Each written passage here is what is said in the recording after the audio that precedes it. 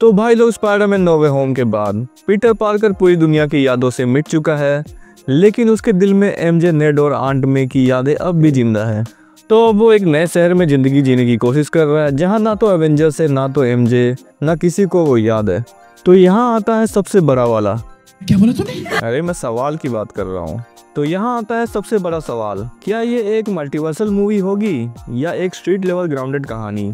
क्योंकि भाई अब तक मार्वल ने स्पाइडरमैन को mostly big reality breaking events में दिखाया है, Infinity War, No Way Home या फिर मल्टीवर्सल क्रैक्स। लेकिन इस बार मार्वल स्पाइडरमैन को वापस उसके रूट्स पर ला सकते हैं, एक ऐसा हीरो जो न्यूयॉर्क की स्ट्रीट्स में फाइट करता है, ना कि स्पेस में। और अगर ये ग्राउंडेड स्टोरी होती है तो हमें किंगपिन और डेयरडेविल का मेजर रोल देखने को मिल सकता है। किंगपिन अब न्यूयॉर्क का सबसे पावरफुल क्राइम लॉर्ड बन चुका है और पीटर पार्कर अब एक स्ट्रीट लेवल हीरो है। तो अगर मैड मर्डॉक वापस आता है तो हमें एक डेयरडेविल एक्स स्पाइडरमैन का टीम अप देखने को मिल सकता है। और अगर सच में ये एक ग्राउंडेड स्टोरी होती है और फिर इसमें अगर स्पाइडरमैन का ब्लैक सूट भी दिखाया गया तो ये बिल्कुल स्ट्रीट लेवल और साइकोलॉजिकल हो सकता है। अब इस सूट के बारे में तो आप जानते ही होंगे, ये एक ऐसा सूट है जो पीटर के अंदर का गुस्सा और गिल्ट बढ़ाता है। लेकिन भाई लोग, यहाँ ऐसा भी हो सकता है ये जो ग्राउंडेड स्टोरी है वो सिर्फ एक शुरुआत हो और फिर सब कुछ मल्टीवर्सल लेवल तक चला जाए। तो अगर ये मल्टीवर्सल मूवी होती है तो इसका कनेक्शन सीक्रेट वॉर्स से हो सकता है, मतलब डॉक्टर डूम, नल और अल्टरनेट यूनिवर्स के स्पाइडरमैन वापस आ सकते हैं। और अगर ये मूवी सीक्रेट वॉर्स का सेटअप है तो ब्लैक सूट सिर्फ एक सूट नहीं,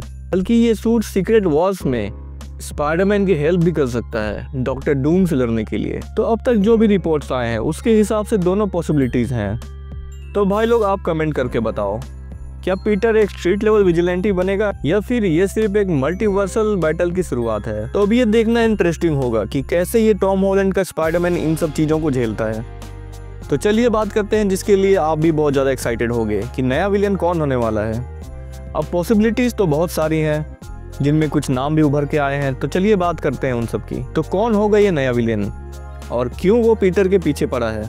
कुछ रिपोर्ट्स और लीक्स बता रहे हैं कि ये एक ऐसा विलेन होगा जो इस यूनिवर्स के स्पाइडरमैन के जितने भी विलेन हैं उन सबसे खतरनाक होगा। तो क्या ये वो मूवी हो सकती है जिसमें मार्वल फाइनली मेफिस्टो को इंट्रोड्यूस करे, जिसका हम सब फैन कब से वेट कर रहे हैं? या फिर ये मिस्टर नेगेटिव है? अब जिन्होंने स्पाइडरमैन PS4 खेला है उनको इस विलेन के बारे में पता है, तो अब फैंस बिग स्क्रीन पर इस विलेन का वेट कर रहे हैं। या फिर ये स्कॉर्पियन को इंट्रोड्यूस करे? अब होम कमिंग के पोस्ट क्रेडिट सीन में स्कॉर्पियन टीज हो चुका था, अब क्या फाइनली उसका बड़ा रोल देखने को मिलेगा?